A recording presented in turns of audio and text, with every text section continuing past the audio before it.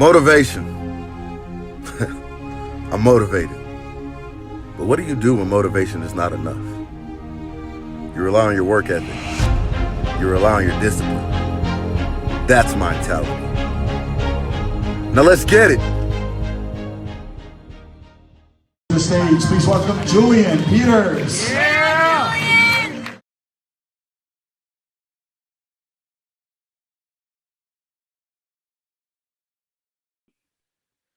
All right, what's going on, everybody? This is Julian with Mentality Podcast. For those listening, welcome to my voice. For those watching, how are y'all doing? I'm excited today. The special guest is my big bro. We started from the bottom when it comes to my career, Mr. Michael Fulson. Mike, how's it going? Good, man. Appreciate you having me on today. For sure. So a little bit about me and Mike. I started my first bodybuilding show in 2015.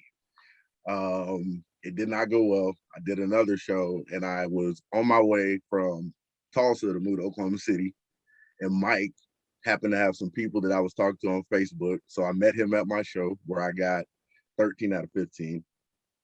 We took a candid picture that'll probably be legendary in years to come of me with a Mountain Dew bottle and eyes just glazed over. And since then, Mike took me under his wing. He showed me how to grow. He showed me how to cut for a show. We won an overall together. And he also gave me a lot of tips on coaching and being calm. Because I'm a little bit of a hothead, whereas Mike sees things for the bigger picture. So while we're on here, I just want to let you know how much our relationship has meant in my development. I appreciate you. I appreciate you as well too. I remember kind of that day that I met you. I'd kind of seen you a little bit online on the social media stuff because in PC Oklahoma kind of always blast their athletes and kind of keeps everybody updated. And I remember seeing in the lobby of the show, and I literally said to myself, and actually ended up saying to somebody else out loud, I think it was a friend of mine, I was like, all the pieces are there if he had the right people around him and the right development. I was like, this dude's gonna be a force in the physique world. And I just remember saying that, and then I told somebody else that, and they went and grabbed me. Goes, well, here, just come talk to him. And then that's kind of how it started, and that's where that picture came from. So for sure. So let's talk a little bit about your background, because I know you weren't always in the bodybuilding realm. So kind of how did you get started? What were you doing prior to that? And then we'll go into kind of what got you into bodybuilding. Gotcha. So I wasn't always into bodybuilding. I guess where that came from is just I grew up playing sports my whole life. Didn't necessarily have the best physique for some of the sports I picked. I remember going into our state championship of basketball my senior year of high school, and I was 5'6" on a good day at 231 pounds.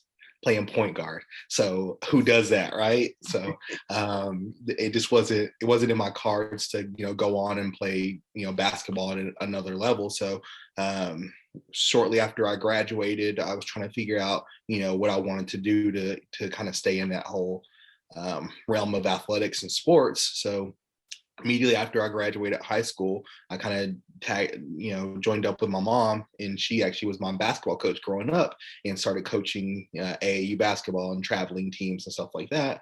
And that still wasn't good enough for me. And then I started working out.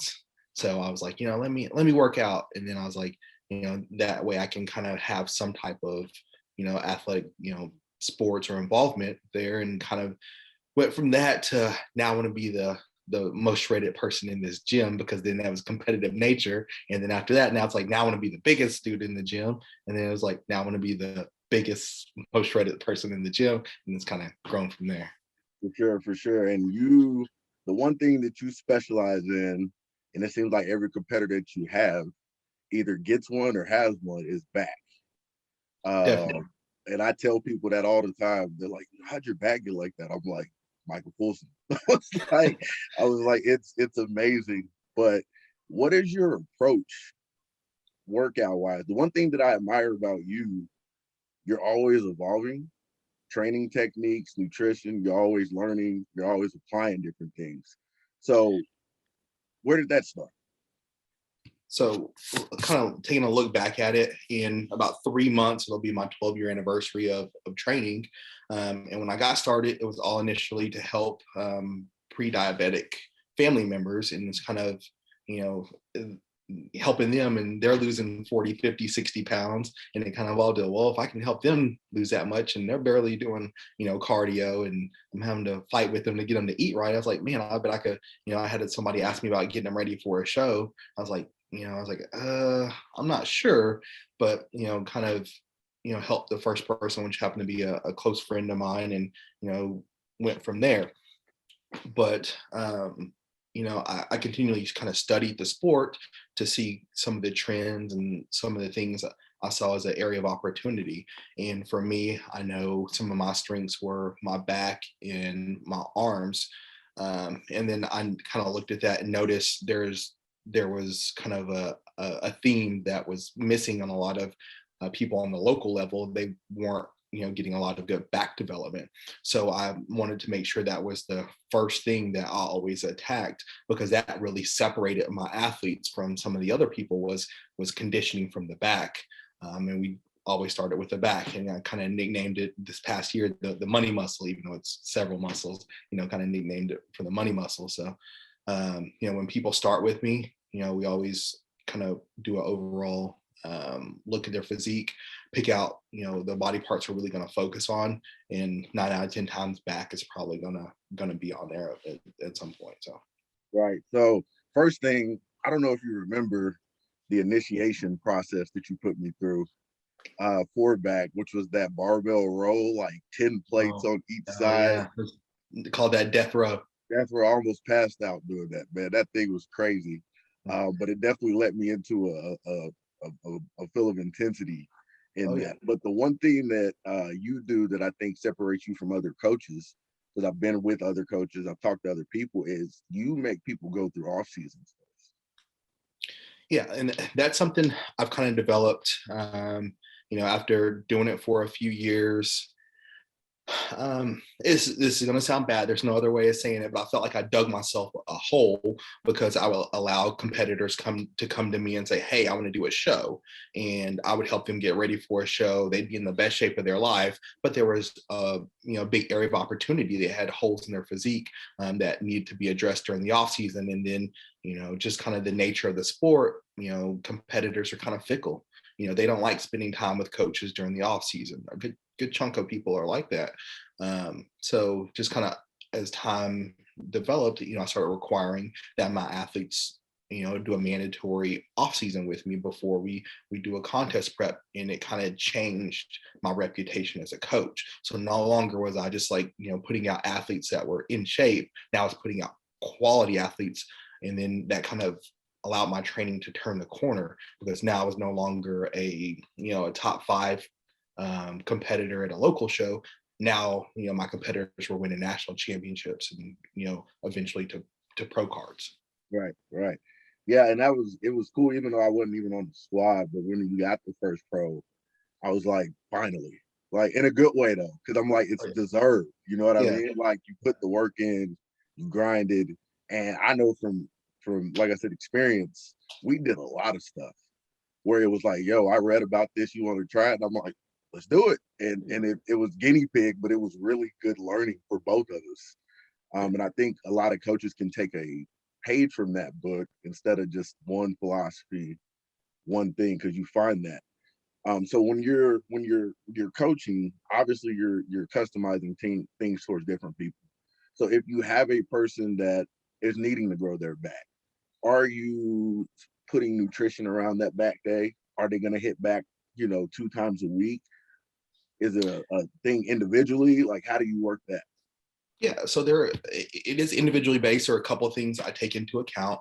Um, the very first thing is I find out kind of what their mentality about around their back training is. Sometimes people just absolutely hate back. They're like, you know, I can't stand doing back, or, you know, or I have a back problem. I can't, you know, lift heavy loads, you know, whatever that may be. So I kind of figure out what their mentality is towards their back training first. So if it's a mentality thing, then that lets me know that I need to step in and they need to not train back by themselves. They need to do it under supervision so that I can, make sure that intensity is there.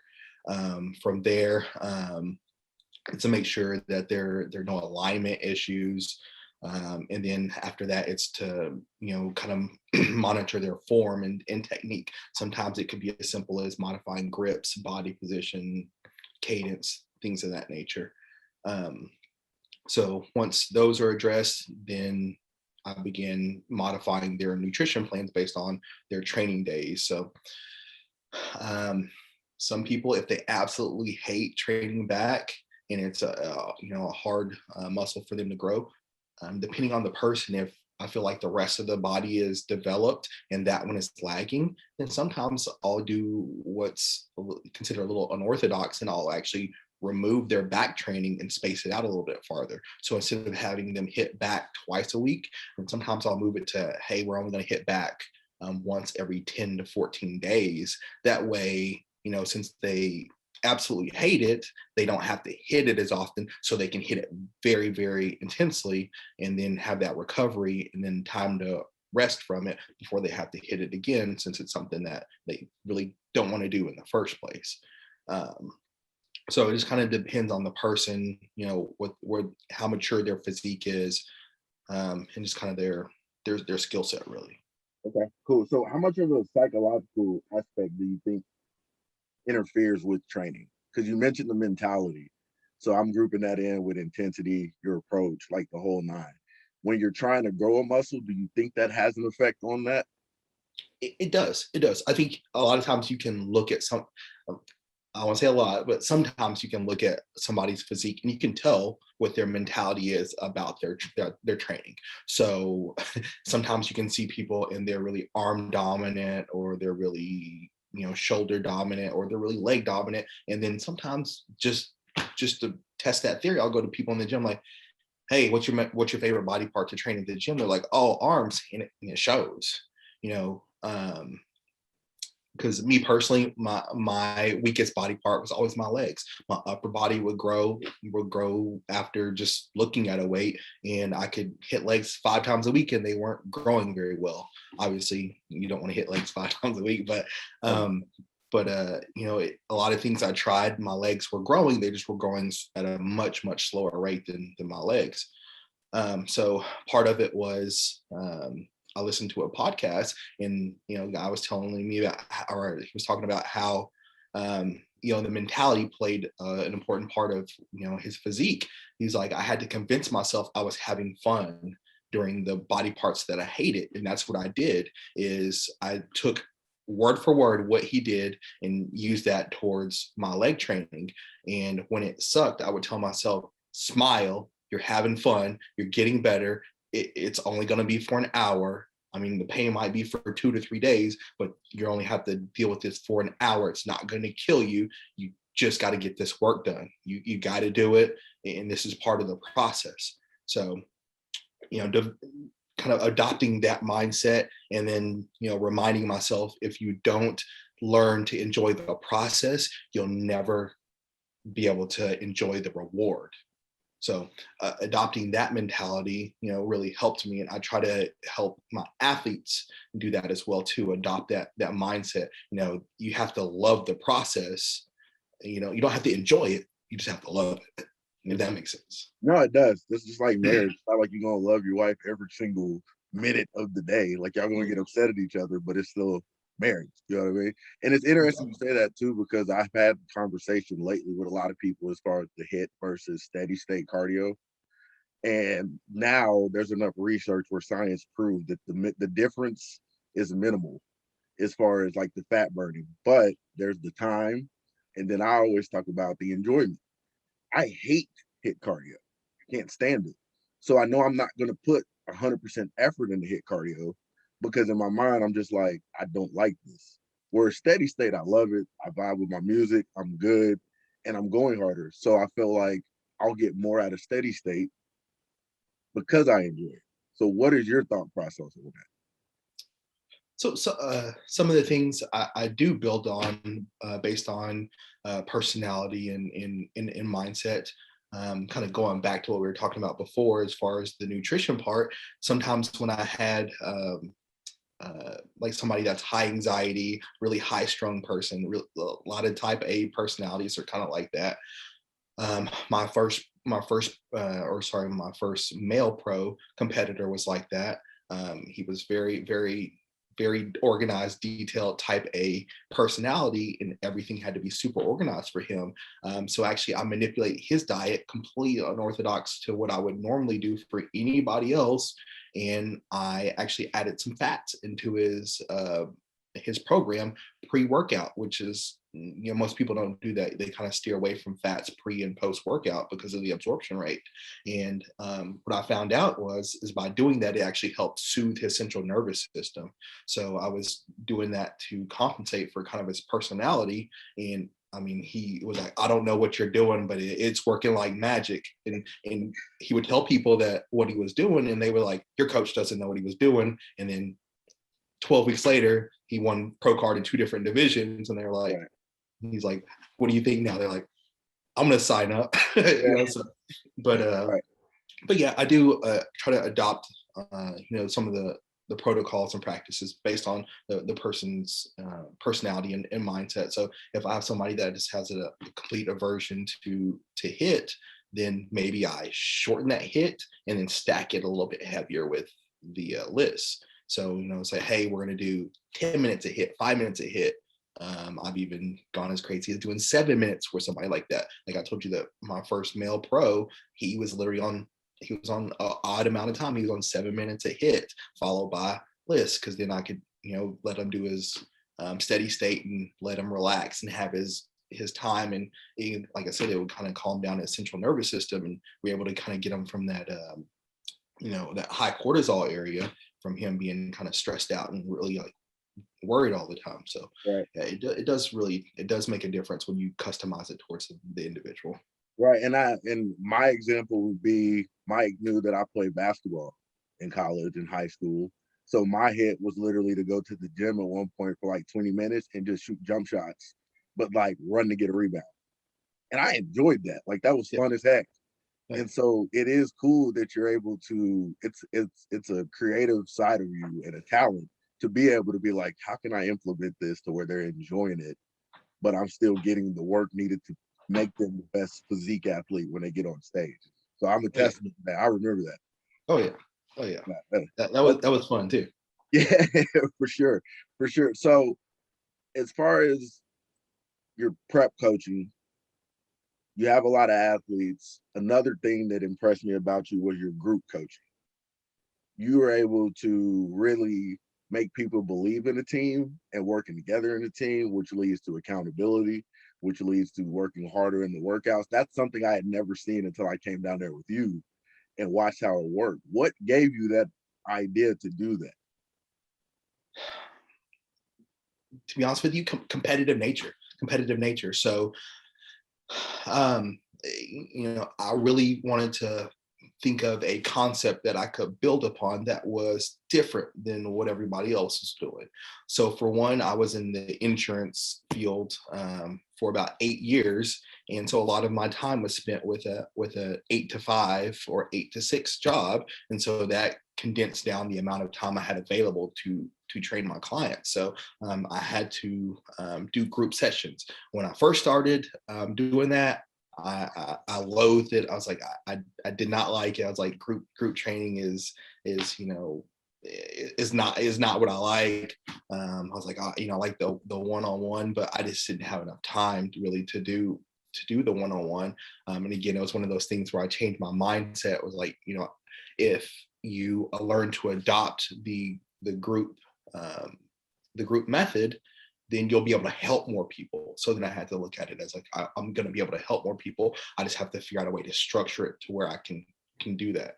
And then I was like, then I noticed that people, I could pair people together that clicked really well. And then, after a while, it kind of grew into this whole like family type atmosphere where people it was almost like they were training to go to battle together. they would like, somebody was dying during some lunges, but the next person was like, come on, we're almost done. And then that helped them, that helped me, and then that just kind of helped all of us. And then it kind of grew from there. And after I began offering private sessions or offering group sessions, everybody wanted to do the group sessions. They wanted to be a part of that crew. They're like, I want to come with the 7 p.m. crew and knock out some legs. And that's kind of what happened. So it was just like, the competitors wanted to team up with each other and take each other through the paces and try to set the pecking order almost. Right. And then Right. then everybody just, they had that camaraderie. So even if they weren't competitors, sometimes they want to jump in with the competitors just to have somebody to hang out with while they were dying together, really. So Right. it was really just kind of, like I said, it was a competitive nature and just kind of creating that family environment, really, just something that was going to be a little bit different, where once you got out of the gym, you could go hang out with each other and forget everything that just happened in the gym to you. Yeah, it's funny because you were like, as you say that, I'm wearing a dark sport hoodie, the Wolves. I'm like, Mike was doing that 5 years ago. The whole like the initiation process that they do for the athletes and everything. I'm like, you could have started a clothing line because you were doing that. I remember like the first workout we had, and I'm curling with 5-pound dumbbells, dying. You put me through an arm workout, and I remember Muriel being there and just laughing at me. Like, and from that point on, I was like, I'm coming back every day, and I'm killing everything. Like, I can't let that happen Oh yeah. again. Oh But yeah. it was like you said, for a competitor, for somebody that's been on a team, it was perfect. The perfect atmosphere.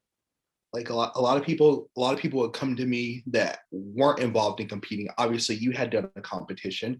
I wasn't sure, the level of sacrifice that you had put into it to get to that level. And a lot of people come to me without any prior experience with competing, and they go, well, I saw somebody else do it, I want to do it. And they don't know really the effort that goes into it. And I tell people it's always going to be the hardest thing you're going to do. Imagine the worst that can happen, and that's what's going to happen while you're doing the prep. Your toilet's going to break, your car's going to break down, your fence is going to blow down. I mean, your pet's going to get pregnant. Whatever you can think of, it's gonna happen. Yeah. Like, so while you're in prep, and I tell people it's going to be the hardest thing you go through. So it's I don't baby step people into the prep. If they want to find out what it's like, I'll let them know on the very first workout. Like, I want you to know what this is like, and I want you to see and understand what this is going to feel like. So if you're going to quit, I want you to quit today. I don't want you to quit 13 weeks into your prep and you have the last 3 weeks when it gets the hardest and to decide you quit, because at that point you've wasted your time, you've wasted your money, you've wasted your energy, and you've let down everybody on your team, everybody who supported you. So if you're gonna quit, I want you to quit today. I want you to get that eye-opening experience and realize it's probably not for me. Yeah. Put them through them around the world lunges. I was telling somebody about that yesterday.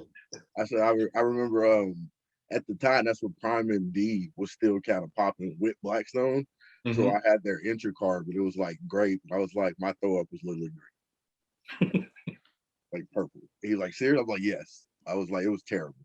So but yeah, man, it's a great process that you started there. And you got a good team of people on top of that. Like you selected good people, which is great as well.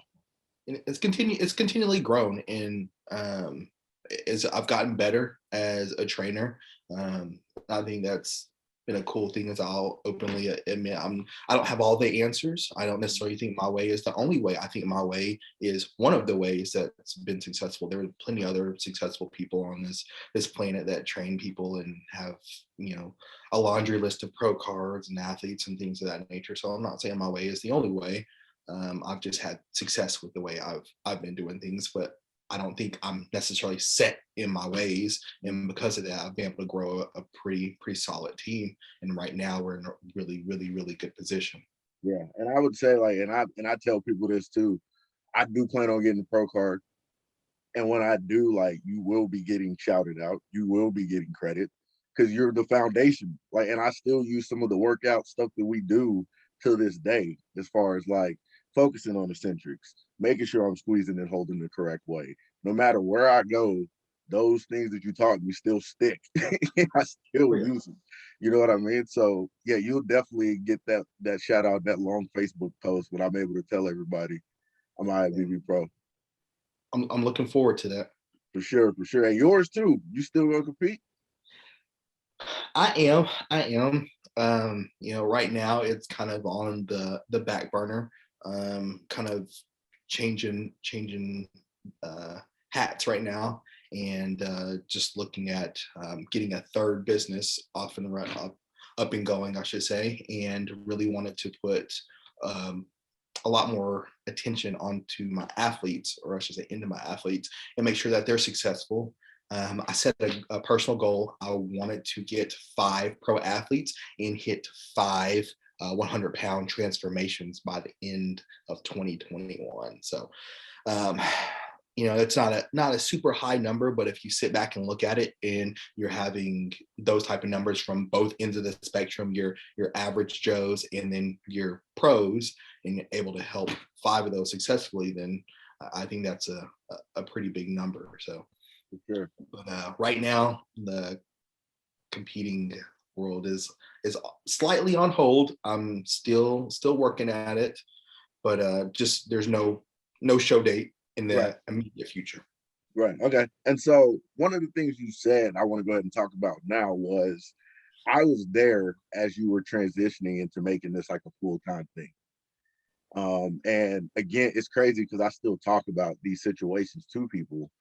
As far as like my old coach told me, I specifically remember this because I was like, why don't you just do this full time? And you were like, I'll do this full time when I can match my income where I'm at. If I can over the income where I'm at comfortably, then I'll make that switch. I tell people this all the time for the people who want to go full time. I'm like, that should be your goal in order to do this. So what was that transition like? And because I was there from the beginning of it, and then I left, and you were finished it. But what was that transition like? So it was literally a light bulb that went off in my head one day. So I had been, like I said, working in the insurance business, had done a couple different positions. I had switched to a different company that was bigger, supposedly better, and they decided to downsize their company my first 6 months on the job. So they were like, we're going to start with tenure. And I was like, oh man, great. Yeah, I'm glad. So ended up having to switch into a different role with that company, one that I had gotten out of and said I never wanted to do again.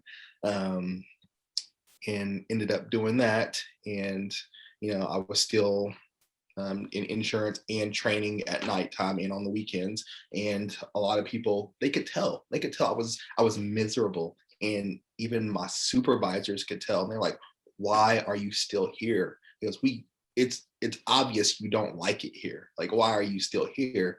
And at that point, to be honest with you, I was just like, it's steady pay, and my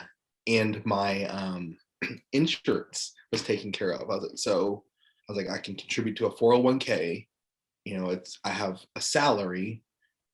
So that's, and they're like, I could see that, and they really related to that. But it was one day I was working out. I was listening to a motivational speech. It was Eric Thomas, and he talked about a quote from Oprah that said, you have to do what you have to until you can do what you want to. Mm-hmm.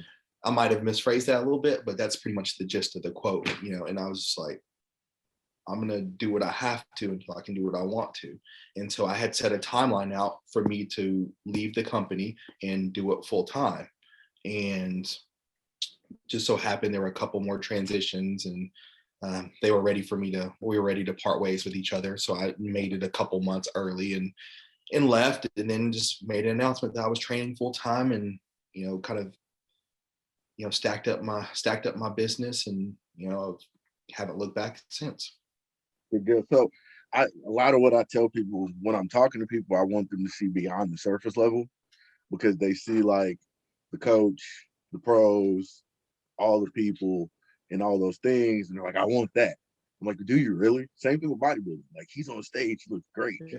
Do you really want that though? Like, do you know what it comes with? So what did you have any like struggles or any doubt or anything you went through doing that full time? yeah, it was a giant eye-opening experience for me.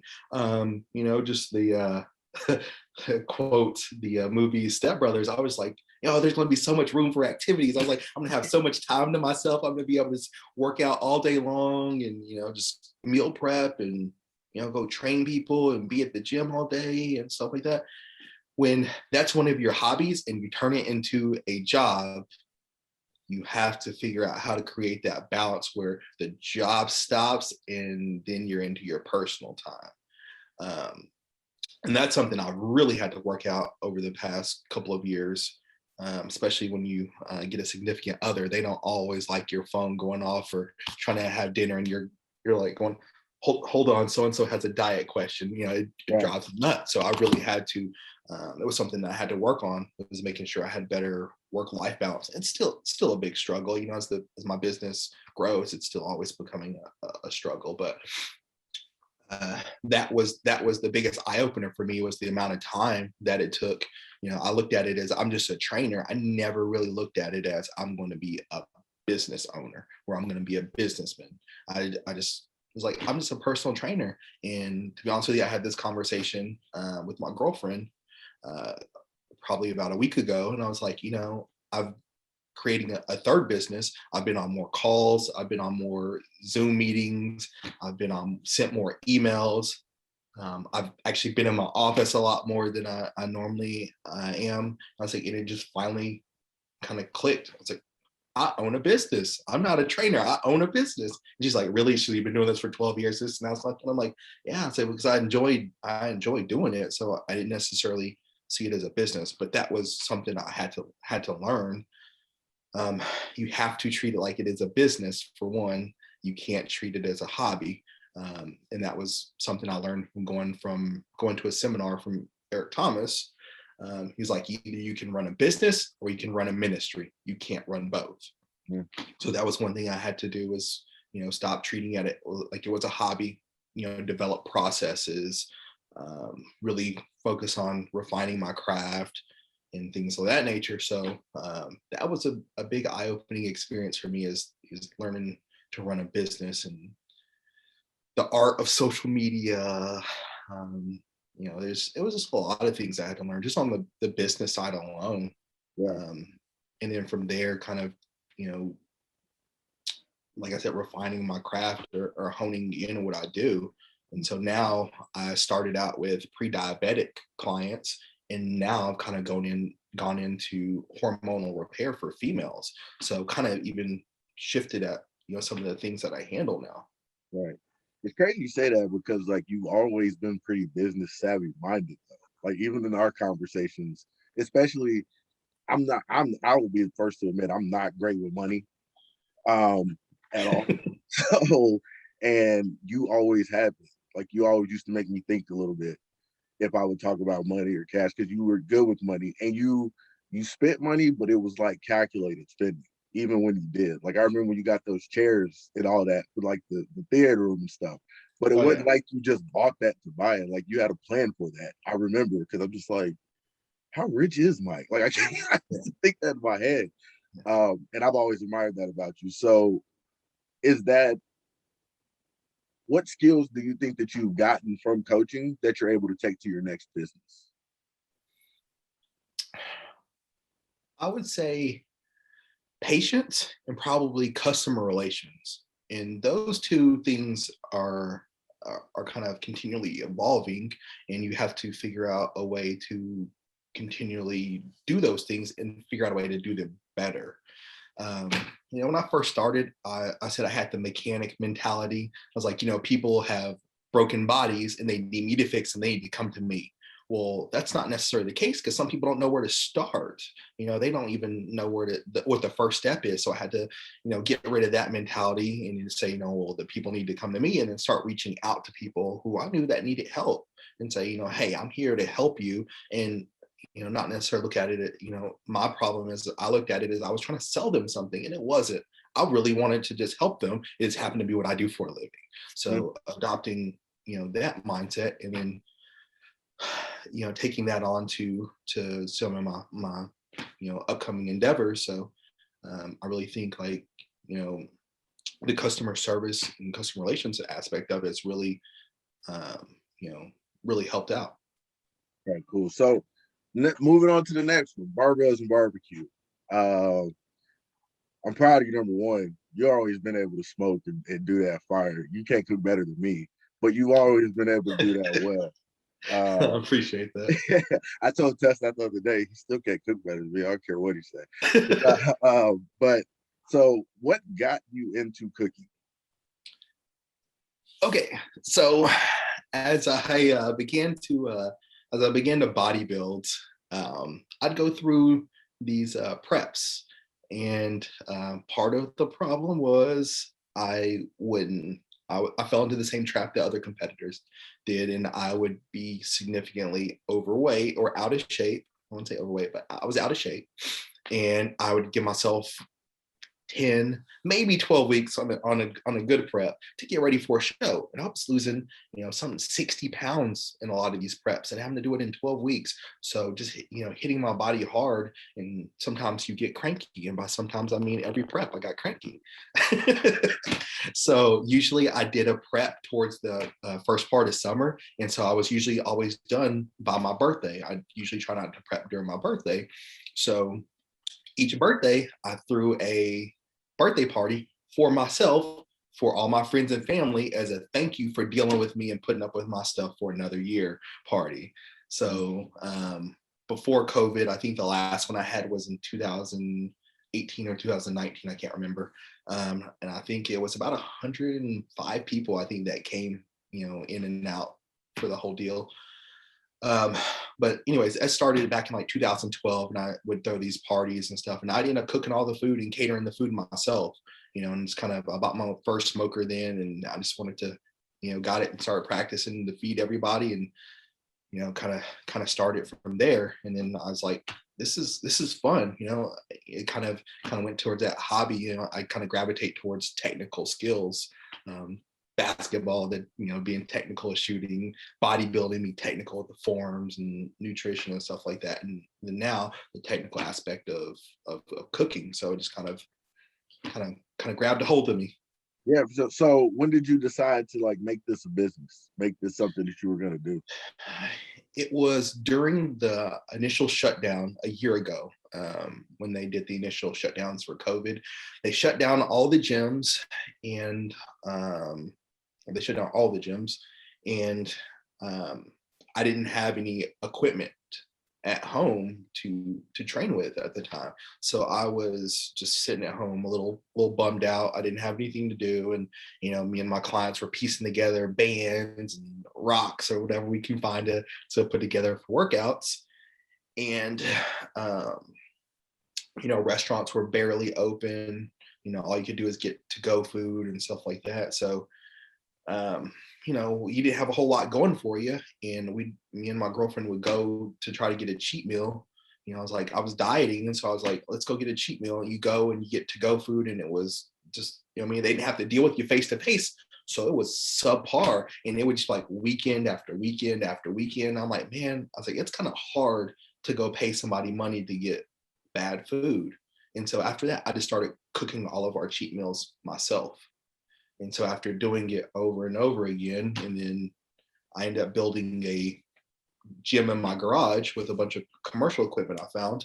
And then clients would come work out and they're like, what do I smell? I'm like, I'm just cooking some food for tonight or whatever. And then after that, it turned into, well, why don't you start cooking and open up a food truck or a food trailer? I'm like, somebody's already asked me that. And I was like, I'm not really interested. And then, I wasn't sure how long the shutdown was going to last. And I was like, you know what, maybe I could sell my barbecue. I don't know. And then I started just giving out barbecue to everybody. And I was like, hey, taste this. Tell me what you think. Taste this. Tell me what you think. And they're like, oh my gosh, this is really good. They were like, I was like, would you stand in line if it was pouring down raining and buy this? They're like, for sure. And then I was like, huh, all right. And then it's kind of took off as a business after that. Nice. So, are you opening a food truck? Yes. So I got a surprise call from the builder yesterday.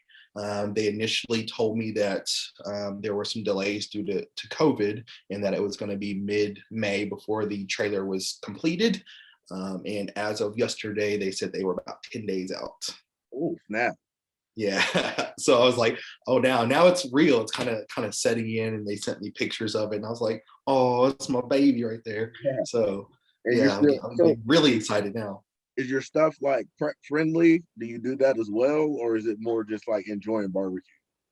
So my initial thought process was, the barbecue was going to be for cheat meals and things of that nature. Being in a gym all day long, and you can't believe how many people have asked me, like, man, I wish you would just do some prep friendly stuff. So now it's been probably about 100 pounds of chopped chicken breast and smoked turkey a week. So I do offer a couple of prep friendly options. So now I have smoked tri-tip, smoked turkey, and chopped chicken breast as well too. That's nice. That's nice. There's a place down here where the guy works at our gym, and he did a smoked turkey, and I tried it, and I'm like, oh, I can eat that. I would eat that on prep. Like, so, that's why I asked, because I'm like, I know for me, it's just the smokiness. Like, that helps me. You know what I mean? Yeah. The only caveat I have about that, and I'll warn people, just ingesting large amounts of smoked goods, usually after a while, will start messing with the digestive tract and start causing a little bit of indigestion. You'll start getting the smoke burps and stuff like that. So Yeah. if I'm doing a large amount for the gym people, I normally modify it a little bit so they don't normally get a full smoke on it. So they'll get just a hint, enough to pass barbecue. But that's another thing that's kind of been cool, is being in the position I am as a trainer. I understand that, and I know the importance of digestion during a prep. So I ask people that. I was like, are you in a prep? Are you going to be eating this every day? Okay, and then I can modify it for them. Right. No, that's actually awesome, and that separates you from anybody now that you even think that way. So what are your like aspirations for it? What's the end? I know you're a goal oriented guy, so what's the goal for you? Man, I would like to grow it to where it's, want to consider it one of the top barbecue spots in the state. I know that's probably a tough a tough mountain to climb, considering we have several world champions here in Oklahoma City. I would like to grow it to where they throw my hat in that ring, and say, hey, that's some of the best barbecue I've gotten in the state. And where I can start hitting the road and doing some festivals, kind of just getting out and seeing the rest of Oklahoma. Yeah. And just get it to where it's self-sustained, where I can hire a staff to run it, and maybe eventually run a couple, multiple trucks going on, and have that where I can maybe back away from it a little bit, and it's up and running with a staff going, and just kind of go from there. Well, so I actually go ahead. Big picture, I would say probably have it set up to where, for example, if you were running a birthday or a celebration, you could say, hey, I would like the Barbells and BBQ experience, to where you could rent out the trailer along with an inflatable TV and stuff like that, so you could have like a movie night for a neighborhood or for a private party or something like that. So yeah, I like it. So one thing that I just talked to my wife about the other day, which I want to do when you get it going, is I think on our YouTube channel we're gonna do like dates, but go and review food just ourselves. So the like light bulb in my head is like, oh, we go to Oklahoma, like we can come down there and hit up a trailer and just do like a review of the food. So I'm definitely down for that. I know you can cook though, so it's kind of cheating, but still it'd be fun to do. So we talked about your goals, we talked about Barbells and BBQ, the business ventures and everything. I guess my last question for you would be, what is the most difficult thing that you've dealt with in opening this business?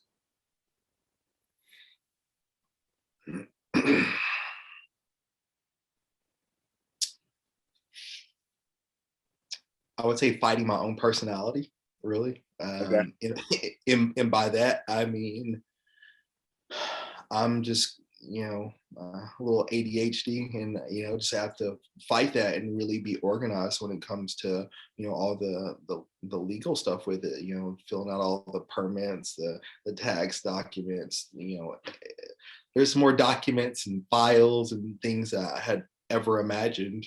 And that was a conversation that I had with my girlfriend. She's like, you can't do this like you want to do this. She's like, you have to do it like you have to keep it, on the up and up, or Right. you'll get in a lot of trouble. You can't be willy-nilly with it. I'm like, I get that, so um that was the very first thing I ever did. Even when I was just cooking for myself, I took a food handlers class just to make sure I knew everything that I needed to know as far as being a kitchen manager and things of that nature. So the hardest part for me was just fighting my own personality and making sure I was very detail oriented and very organized. So that's been a giant work in progress. Yeah. I think it's So interesting you say that. And I know obviously with us being around each other, we got a lot of similarities in a lot of ways. But I have that issue too, ADHD. And I had it when I was a kid. And my mom, like, we talked about it, I want to say a couple months ago, because some stuff is just really hard for me to focus and be organized on. Prep being one of them. Like, I would love to be the robot, wake up at the same time every day, eat the same meal every day, and I just can't. And not that I just can't, I haven't figured out how to work around my personality to make that happen, because I get focused on so many different things, or I'm just like not paying attention to the exact detail. yeah, And in doing that, you miss them. yeah. What I found to help me was a way to make it new again, as often as possible. Because when you have that ADHD, and you have focus issues, what it is you lose focus of it, and it's no longer exciting for you. It's like watching a cat play with something. They'll play with it and it stops moving. They're done with it. That's no longer new to them. It's no longer intriguing. It's not what's sexy anymore. So then they move on. It's kind of the same thing with, when you have a short attention span. If it's not what, the newest, latest, greatest thing, or it's not brand new and shiny, it's not, a new tidbit of information, then, you'll lose interest on it. So you just have to figure out a little way to make it new again. For me, even with like cardio, I had to make it new. I have every piece of cardio machine that I ever wanted in my house right now, Right. just because if I get bored, I can hop on something else. Mm-hmm. Is it ideal for me to hop around on machines? No, but is it better than me not doing it at all? By far. So if I get tired of the rower, I can hop on my treadmill. If I get tired of the treadmill, I can hop on my stairs. If I get tired of the stairs, I can hop on the bike. Getting tired of that, I can repeat that all over again. And if that doesn't work, I change up what I'm doing while I'm doing my cardio. Sometimes it's, prayer and meditation. Sometimes it's listening to music. Sometimes it's doing nothing. I've hopped on the stairs with the lights completely out at some point, just with no stimulation at all. So it's just a way to figure out how to make those things new, or even, exciting to you. Every so often, however long that may be. So You're actually right, because I noticed the difference in this. So like when you're doing the podcast, I'm talking to people, I'm excited. It's different stories, it's different backgrounds. I feel like I'm good at it. And so I've not lost any type of focus on this. And I'm constantly in my calendar trying to figure out times and how can I make this better? I'm gonna buy this piece of equipment to make this better. So now I want to see how it looks or sounds. And I'm focused. And my mom and my coach now, it's like, bro, like 2 months ago, you were just talking about this. He's like, you got like 12 episodes now. And I'm like, yeah, because I like it. I like it. This is what I like to do. And so, and that's the thing I said. I'm like, if I can figure out how to channel this energy into everything that I do, I'm successful. Like, no matter what it is. So it's crazy that you say that, because it's the truth. And hearing you say that kind of like puts it back into my mind. Like, yeah, you got to figure out how to make these things that you're doing that get stagnant new again, because that's where you focus the best. Oh, yeah, and it's funny that you say that, because that's kind of how starting this barbecue company is been is, just always looking for the new thing is, I make something and then I'll sample it out and kind of get feedback on it. And then I'll keep toying with it. And people are like, oh, it was already a 9 out of 10 when I'm like, but that's not what I'm looking for.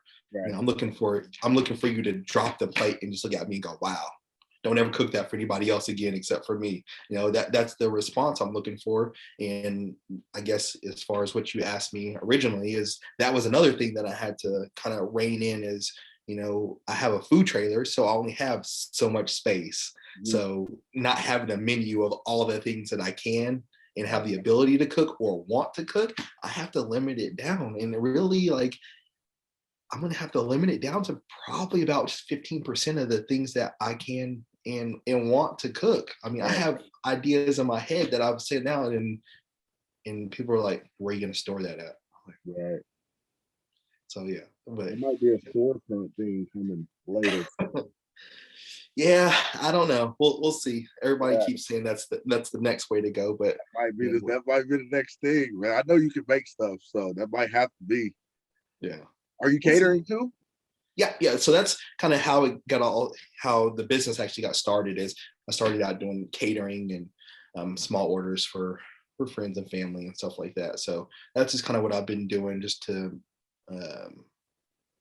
kind of be up and running right now until the trailers finish, and then people will have to order in such mass quantities. They'll be able to come to the trailer and just, order just a couple of things. So looking forward to that. So business wise, like, have you ever thought about like bottling up your spices and your rubs and selling those and stuff like that?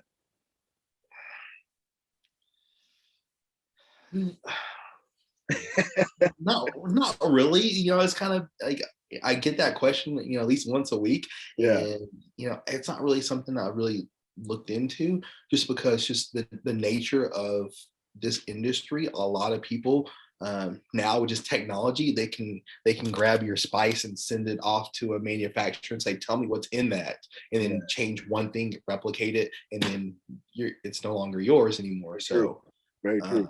there's actually a couple of large well-known companies that are using the same exact seasoning with different labels on them, just because the manufacturing company sold the exact same recipe to both of them and just changed the labels on them. And a lot of people don't know that.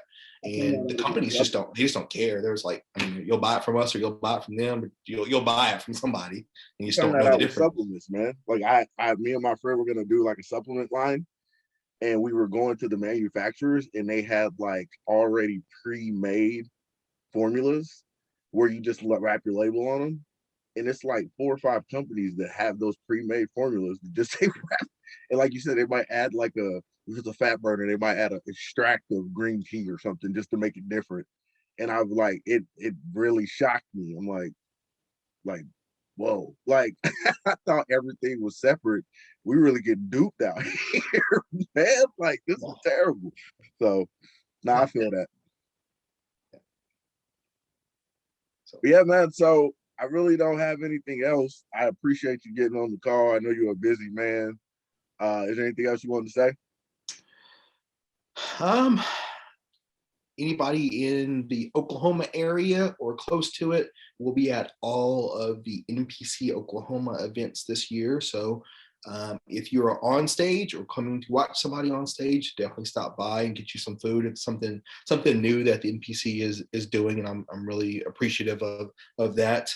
They're bringing in us to handle the food. So that's big. Most NPC events, you don't have food. Either you have a protein bar, energy drink, or you got a bottle of water. That's it. So imagine being able to go outside and get some best barbecue in Oklahoma right there on outside of the venue. So and what I'll do, man, I'll make sure I'll link like your Instagram website. I'll link NPC's website, so in case you guys don't know what shows he's talking about, they'll have all that information available. You can click on there and kind of time it out there as well.